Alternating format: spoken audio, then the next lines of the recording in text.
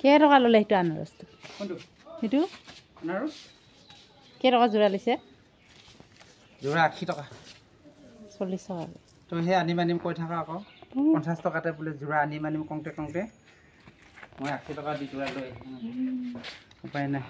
এইফালে নেমু টেঙা আনিছোঁ 40 টকা 10 টকাত 4টাকে এটা বেছি দিছে বাৰু দেই এইফালে আকৌ কি হয় ইয়াত আলু 5 কেজি আছে এইখিনি আলু 5 কেজি 100 টকা তাৰপিছত এয়া মিঠাতেল 1 লিটাৰ আৰু ইয়াত আছে চাহ খাবৰ কাৰণে মিঠাই চানা আধা কেজি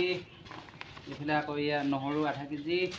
পিঁয়াজ আকৌ একদম ঠিকছে গা ধুবৰ কাৰণে চাবোন এডোখৰ 10 টকা চাবোন ইমান আছে এয়াই আৰু বজাৰ আৰু বাকী বস্তুটো আছেই এয়া বন্ধুসকল আজি বেছি বজাৰ নাই কৰা বাৰু কোনমতে এনেও 500 মান টকা বজাৰ কৰি লৈ আহিলোঁ মানে বাকী বস্তুখিনি আছেই ঘৰত সেয়েহে বিশেষ লাগতিয়ালখিনিহে বজাৰ কৰি লৈ আহিলোঁ হৈ যাব সপ্তাহটো মানে আমাৰ পাহাৰীয়ে সদায় ধান ৰুব গ'লে মানে বন্ধুসকল মানে আনাৰস আনি কেনে খুৱাম বুলি কৈ থাকে তাৰপৰা এদিন মই সুধিলোঁ কেইটকা লয় যোৰা সি কৈছে যোৰা বোলে 50 টকাতে পায়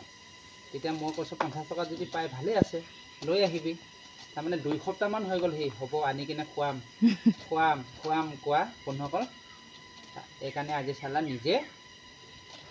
80 টকা দি কিনে এয়া আনাৰস আনিছোঁ মানে খাব মন গৈ আছে ন সেয়েহে লৈ আহিলোঁ আমাৰ পাহাৰীয়ে আনি কিনে খুৱাম বুলি কৈ থকা মানে 2 সপ্তাহমান হৈ গ'ল সি ঠগি থাকে সেইকাৰণে তালৈ আশা নকৰি আজি নিজে বাপেকে লৈ আহিলোঁ এয়া এতিয়া বখলিয়াই আছোঁ